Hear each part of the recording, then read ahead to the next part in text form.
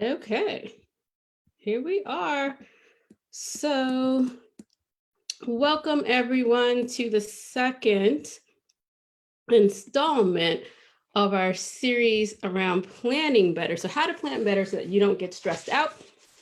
And we came to this topic because someone, I was chatting with someone about what their biggest challenge was, and we started talking about planning. And I asked, "So, what have you tried?" And the answer was, "Well, I've tried all the notebooks and apps and things, but that's not working. What I think I need are the thought processes, systems, and habits." So, today we'll be talking about systems. Next week, we will be taking a break. And then on December 6th, we will then resume to talk about the habits. Okay, so that is where we are today. So just to review, last week we talked about the thought processes, and today on Facebook, my Facebook page, I put up a little sort of slideshow with all of these things, and then tomorrow is going to go up on Instagram. So to recap from last week, the thought processes are that planning happens on paper, not on the pillow. If you're just thinking about it, you're not really planning. You need to define your non-negotiables that are connected to your visions, whether that's self-care or family. You want to start with that first. I try not to remember anything. So I remember nothing so that I don't forget anything, meaning I make sure to just write everything down and not hold into my head. It's okay to be early or start things early. And make sure you're trying to have some guilt-free free time, because when we are having free time, but then there's something that we are procrastinating on or haven't done, then that free time feels a little guilty. So that's a recap of last week. So for those of you who are new here and don't know me, my name is Aisha Moore, and I help senior level professionals who are completely burned out get serious about self-care so they can stop feeling overwhelmed, have separate work time, me time, and family time, and find time to work on goals and creative pursuits. And so once I took self-care seriously, I was able to get off 5 anxiety medications. So some were anxiety, some were for sleep, but all of that was related to anxiety. I was able to get my job back after being demoted. So I was able to get promoted, still getting raises. I just got a raise on Friday. Woohoo! All of that while not working every weekend like I used to, not working every single night, been able to achieve that and to be able to revive my marriage that was on the brink. And I owe that all to taking self-care seriously. So let's jump into the systems. So the first thing that I had to do, and so this kind of happens in two parts, is what I did first, and then I kind of felt myself slipping or backsliding, and then I put in a second system to like make sure everything came back together. So the first thing I did was create a model calendar. I took everything off my calendar, just took a blank page, and when you do that, you'll know that there's 168 hours that you have to figure out what to do with.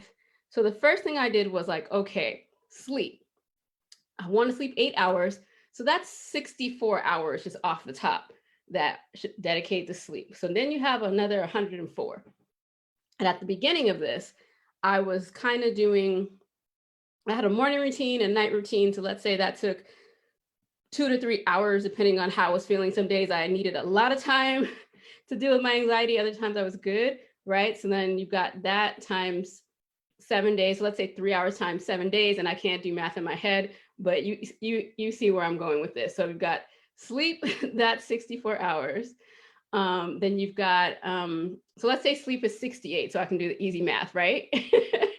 And then you have 100 hours left. And so you take 20 of those, and let's say you did 20 hours of self-care, you still have 8 hours.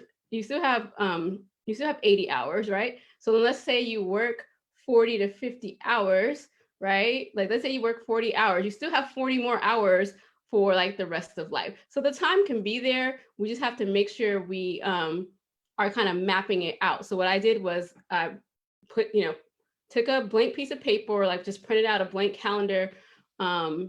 And then I put the sleep, I put my self-care, and then I was like, okay, I want to have a cleaner house. So I need to put time in for that, so on and so forth. So I started with like what was most important to me. So it was sleep, self-care. Then it was after that, it was actually then it was like work time, right? So actually what's not on here, part of my work, part of the systems that I use is also to have work hours. So if you're on this call, more than likely you're a person who's not entry level. You're a senior level person. So most of the time, 40 hours doesn't necessarily cut it. And so I used to just work whenever. I used to just work whenever I could because there was always so much stuff to do. And so the problem with that was that then I didn't set for myself like, this is how many hours that I want to work, or this is how many hours I can work given everything else I have going on. Because after those hours, then I need to start saying no. Before I didn't have a reason to say no, because anything that didn't have like an appointment schedule in it, or if I wasn't hanging out with a friend, those were free hours. And so then I also decided to make work hours. So what do I mean by that? I decided that Monday, Wednesday, and Friday, I was working 8:30 to 5:30 because those are our business hours. I decided Tuesdays and Thursdays, I started working from home on Tuesdays and Thursdays to cut out the commute, right? And so then I would start work a little bit earlier and work a little bit later for Tuesdays and Thursdays. So I decided that Tuesdays and Thursdays were my long days. Monday, Wednesday, Fridays, I was going to the office, so we was coming on home. And then I decided, and this was sort of arbitrary, but again, I had given work so many of my nights and weekends, I decided that I was only going to work 2 weekends per quarter because I kind of felt that there's 12 weekends, there'll be 12 weekends per quarter. But I kind of decided that if I was working more than 2 weekends per quarter, then I really needed to check something. So I work in a situation where we do grants, right? And so there's not a grant due all the time. And there's usually like, we're rushing to the deadline for the grant. So I know that some weekends are going to be involved. And so I decided to have that as the threshold, right? So that's part of my system, is to have these work hours. And so have it at the threshold. And then I know that, okay, if I start working outside of what I deem my work hours to be, so because it's not a 40-hour work week in my world, if I just worked out the hours that I thought was healthy, that I thought worked for me, then I could be like, okay, what do I need to change? Who do I need to talk to? Am I saying yes to too many things? That kind of thing. And just being very conscious of like, this is the schedule that I set for myself. And again, as I always say, I didn't tell anybody. I didn't tell anybody. I just started doing that and no one noticed. And here's the thing. People probably didn't notice I was working all weekends anyway, because they're working all weekend for themselves. Nobody's checking for me. Sometimes we have this ego that we think people are paying attention to us, and they're really not. They're really not, right? And so long as, stuff gets done, nobody's really, checking on it. And so I had to realize that like I needed a limit. I needed a barrier. And so I set up the work hours for that. Okay. So that was part of sort of the model calendar in like the more macro versus like the 1 week of 168 hours. So then the other thing in terms of systems for me is that, okay, so now we have a calendar that's like our generic calendar, like, okay, these are my work hours, these are my sleep hours, this is my self-care time. That's like your sort of generic. Then you have to start putting specifics on your calendar in order to get actual stuff done. And so what we tend to do is just sort of put the due dates for when things are due. And I realized I had to put start dates and decide, when am I going to start this? Because I found myself, I guess it was procrastination, I suppose, but just not planning, like realizing like, oh, you probably need to have a start date. And part of the start date is sometimes I would find myself with like a task that in my head, A, B, and C needs to be done. And then once I actually opened it and looked at the government rules, I was like, oh, it's X, Y, Z. And that means I have to call the controller. I don't really know what a controller is. I have to call the head of accounting. I got to call the admin because I need some random IRS paper. And so then I hadn't like looked at the scope. I didn't start early enough to look at the whole scope of a project. And then things were sort of rushed. So So part of my system is to make sure that I have a start date and a due date. Now, when it comes to these due dates, another thing we tend to do is everything's due on a Friday, or the end of the month, or the end of the quarter. And so then it turns out that everything is due on the same day. So again, most of us, I think, have some power over our roles. And so start to think about like, okay, maybe I need to break that down. So if I've got like 5 things due this month, maybe they don't all need to be due on the same day.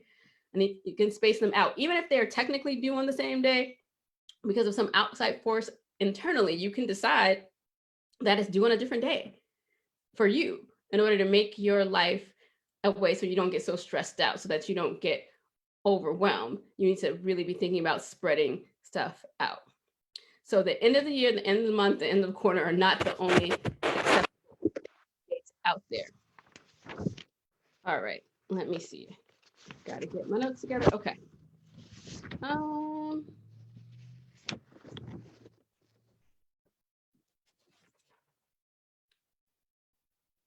Let's see here. Oh, okay. Got it. So the one thing that I talk about a lot, and Cheryl's been dying for me to talk about this, is the bullet journal. So I'm going to share my screen, but I don't want to share my Facebook page. I'm going to share this. And so if you got the email yesterday, it was supposed to go out today, but it went out to yesterday. I mentioned that you should watch this video on a bullet journaling. So how I came to this is that, so what I just explained to you is like where I started with getting myself from being overwhelmed, living life on Post-it notes, having everything due all at once. That was the first part of it. And it really helped, my anxiety. I started sleeping again. I got off all the medications by getting more organized. But then like 2 years into this, I started waking up at 4 a.m. again for no apparent reason.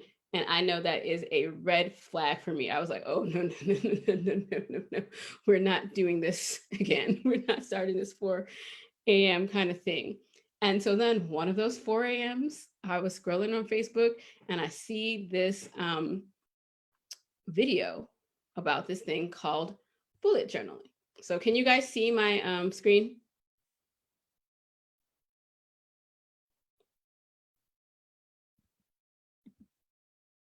Somebody? Yes. Okay. Yes, I'm sorry. I'm like, someone come up and mute, let me know. Okay, so since at this point in time, I have been a digital communications director, right? So, there's people who put out press releases and all of that kind of stuff. That's your traditional communication. I was in a digital communication thing. So Cassandra knows this. We were first for the federal government, just about, like, at least for the Department of Health and Human Service, we were the first, like, on every platform. And so for that reason, because everything was so digital, I thought the way I needed to plan would work best in a digital way. So I kind of had some Post-it notes here and there, but I kept trying to use all these digital systems and they just weren't working for me. And so one piece of it was the thought processes that I've shared, I didn't have those thought processes yet. But then I saw this and I was like, why not try it? Because I want to go back to sleep. So if you notice, like, there's always some goal that I'm after for my life. And so I try things until I find something that works, because the suffering sucks. So, and so give me a second, I gotta get these notes together. Okay, so I see this video and diehard digital fan. But I was like, okay, let me try it. I had a notebook lying around because I always would buy the Moleskine notebooks. I don't know if you guys know what those are, but they were like being Barnes and Noble and stuff, and they're just so pretty. So I would just buy them because they look sophisticated. I just like the way they looked, but I just wasn't really a notebook user, but I would buy them all the time. So I had that lying around. So I was like, let me give this 21 days and see if this can work, because you've heard that it takes 21 days to make a habit. So I was like, okay, let me go ahead, spend this 21 days and try this. And then after 4 days, I started sleeping 8 hours again. I was like, oh, this is the ticket. So one of the reasons why I really like this system is because it's flexible and forgiving.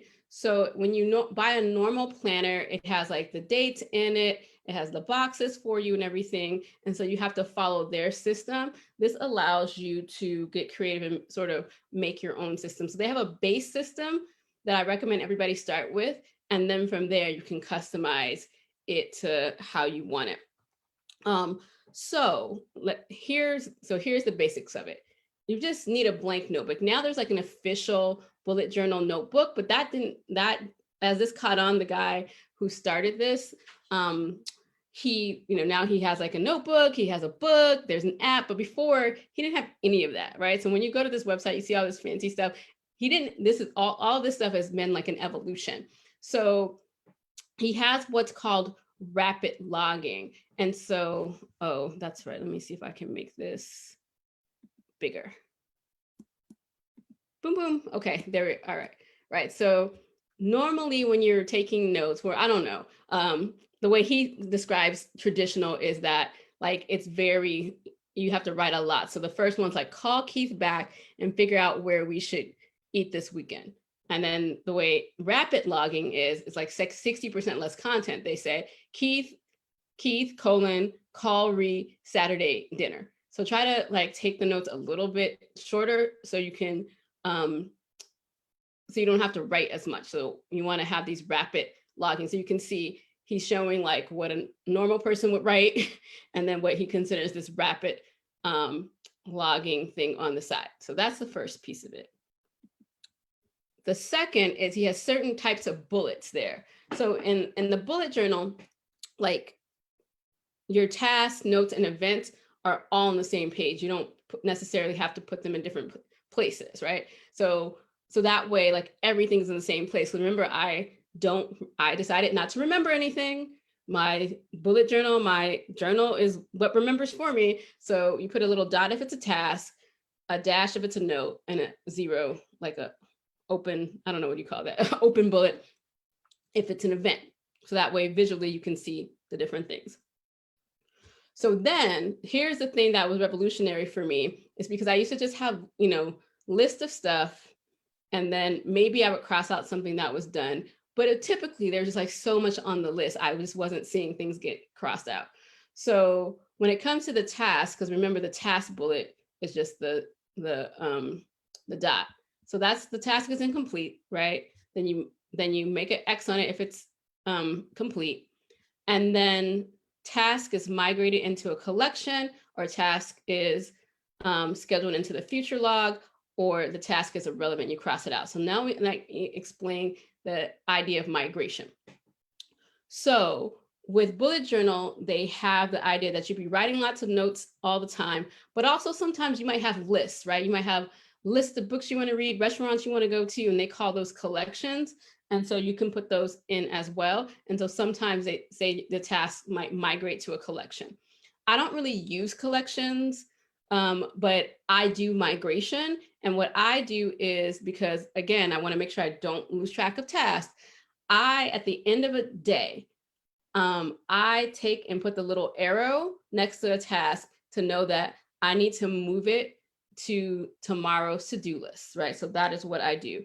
And then if it's something that's scheduled way in the future, you put it on what's called a future log. And that also helped me as part of the system. So that's there. So events, we don't need to go through too much. Nesting, signifiers, putting it together. Collections. Okay, the future log. This is the other piece that I really, really like. So sometimes, like even today, someone asked me to do a workshop in May. That's a really long time from now. And so while I can put it on my calendar for May, like what's going to remind me that I put something on my calendar for May? And what reminds me is the future log.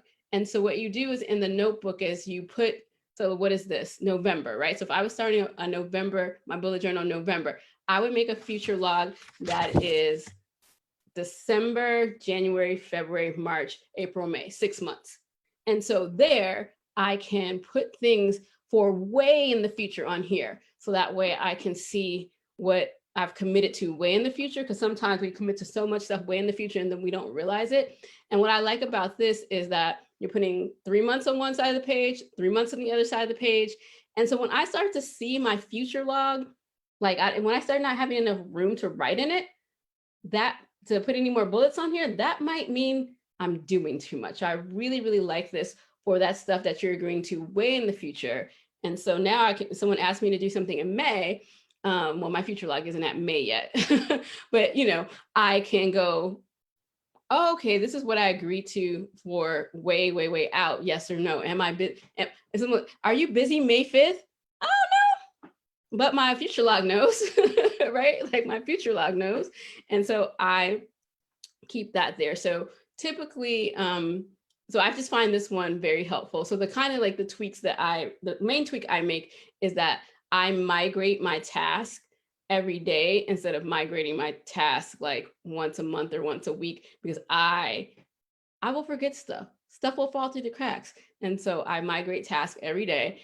And at the end of the week, if I've migrated a task like day after day after day, then I have a conversation with myself. I'm like, is it that you don't really want to do it? Is that you need to talk to somebody else about it? There's something missing. Have you not broken it down? So sometimes I make sure that like the task is the next action. So for instance, right now I'm doing a qualitative study on breast cancer. And so I need to code some data, right? So I can say that, or I can say, okay, first I need to find the transcripts. Then I need to upload the transcripts. Then I need to make the code, and then I need to do transcript number 1. So sometimes we procrastinate or what have you because the task is too big and we haven't broken it down. And so if I say code the data for the Tidewater region in Virginia, that's like a whole big thing. It's really like a series of 10 things. So sometimes we need to break it down. So, so I recommend everyone try this system just because it just has helped me decrease my overwhelm. I don't have stuff on random post-it notes everywhere.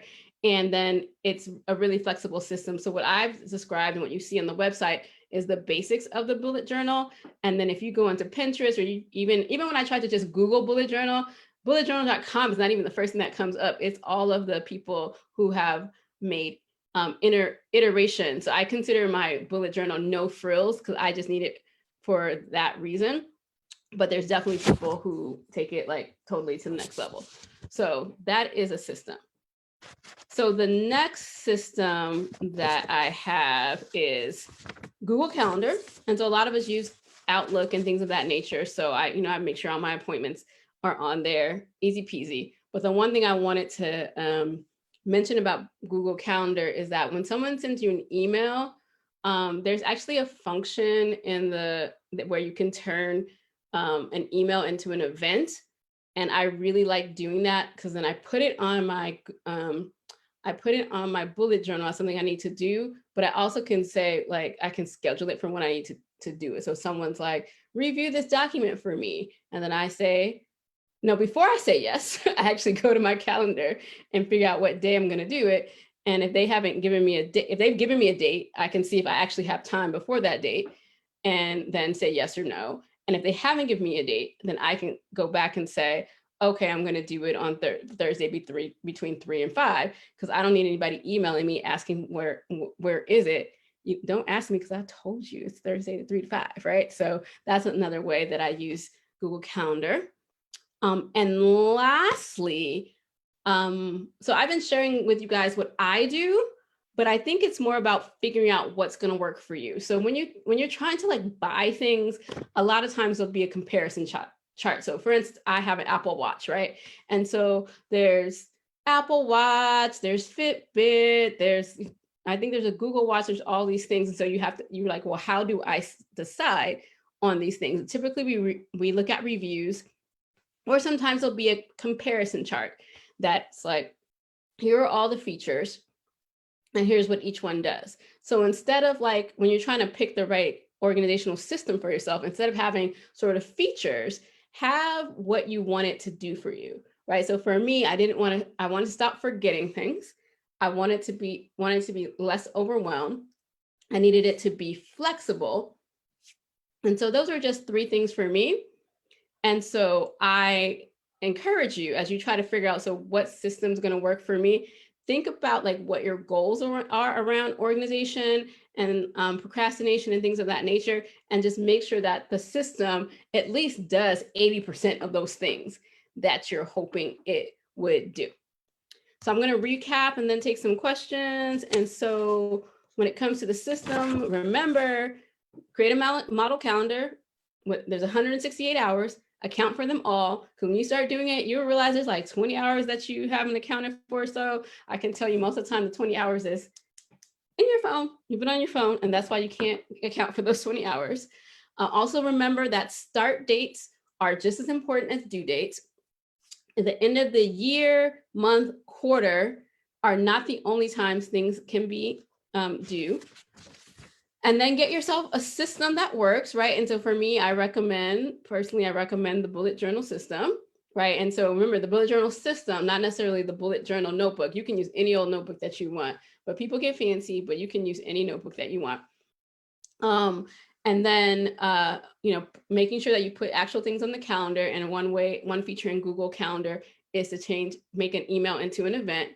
And then make yourself a rubric, make yourself a comparison chart on how to select the right systems.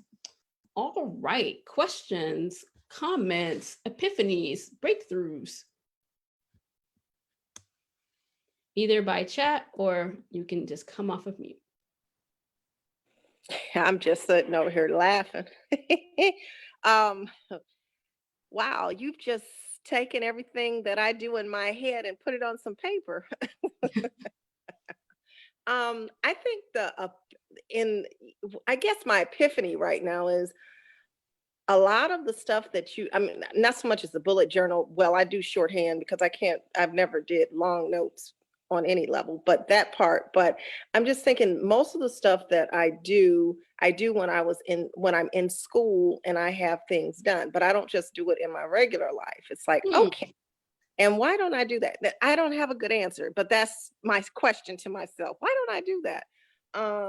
And I guess my new thing that I learned just now is, again, back in school, I always said, like, okay, you knew, I'm just going to say the 30th, your final or your paper or whatever was due. So I know I wasn't going to start on, if depending on how big the paper was, I know I wasn't going to start on a 20-page paper 2 days before. So I would say, okay, I'm going to start at such and such a time, because I would factor in my procrastination and my looking up in the air and what I know that I do and stuff. So like, okay, I'm going to start it on this day. And but by this time I'm going to have, 5 books, at least 5 resources. And I would plan out like that, but I would do a start date. But do I do a start date stuff now? Nope.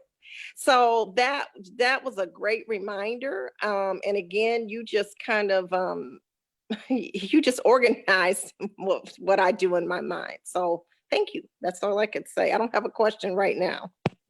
All right. Thank you, Sylvia. Yeah, sometimes think about the times in your life when you may have been organized. You may have done things that were more beneficial to your mental health, to your stress level. And it's funny you talk about the school thing. So I used to always, we got a paper assigned. I used to always go to the library and get all the books and articles, not because I wanted to start early. It's because I learned that when I procrastinated, then somebody else already took the books and the articles. So I would just go and get them also. So no one else could have them, even if I wasn't using them. So it's just funny that she would say that, because I would get started early just for the sole fact that I just, I was like, well, let me just get these books. Well, no, other thoughts, questions? I would get the articles, back to just what you said. I would pull the books and articles because I knew that was going to take probably the most time. And once you got those, then you were that. So yeah, even that. Yeah, so I got you, but no, nobody ever got my books and articles. So.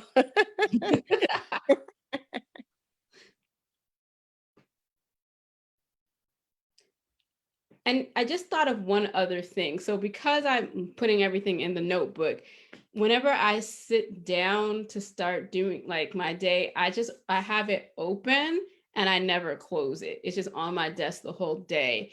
And some of the sort of maybe frills that I add to my bullet journal is that as part of my inspiration and spiritual work, I read something called the daily word. And so there's always a word of the day. So I actually write the date and then I write the daily word for the day. So that also all day long, I keep saying my words. So that's another piece of the puzzle.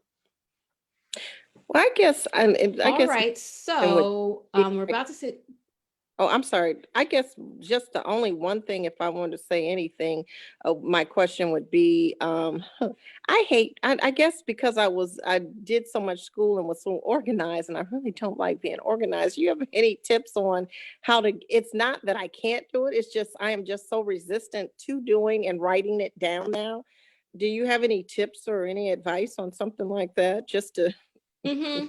Yeah. So were you here last week, Sylvia? no, I was not here. I'm sorry. No, it's fine. It's fine because that's what I talked about last week. I talked about thought processes. So if you want to shoot me an email, I can send you I can send you either, if you're in the Facebook group, you could get there too. But I also can send you the YouTube link, and I want to send that to you as well, Kay. So just remind me. Okay, yeah. So shoot me an email, and I can send you the video from last week because it was all about the thought processes. Because that was the whole thing. It's like, yeah, it's like your thoughts. You take the thoughts and then you apply it to the systems, right? So it's like getting the systems don't necessarily work for people because they don't have the right thought processes going in. So like I was saying, I downloaded all the apps, I bought all the planners, and I just couldn't, yeah, like you said, I couldn't write it down, I couldn't use them. They would just be collecting dust, but it was the thought processes that had to change in order for that to work. So announcements before we say goodbye to our lovely friends who are watching us on Facebook. So save the date for January 23rd. The next Planting the Seeds of Self-Care is happening, and it's the Mind and Body edition. So we will hear from a wife, mom, physician who despite being a physician, as a lot of us know, was not necessarily practicing self-care and in the best of health herself. And so she'll talk about her revolution, her transformation. I will do a workshop on habits, and then we were going to have some meditation and restorative yoga, and you'll also get a nice kit on that. So save the date for that.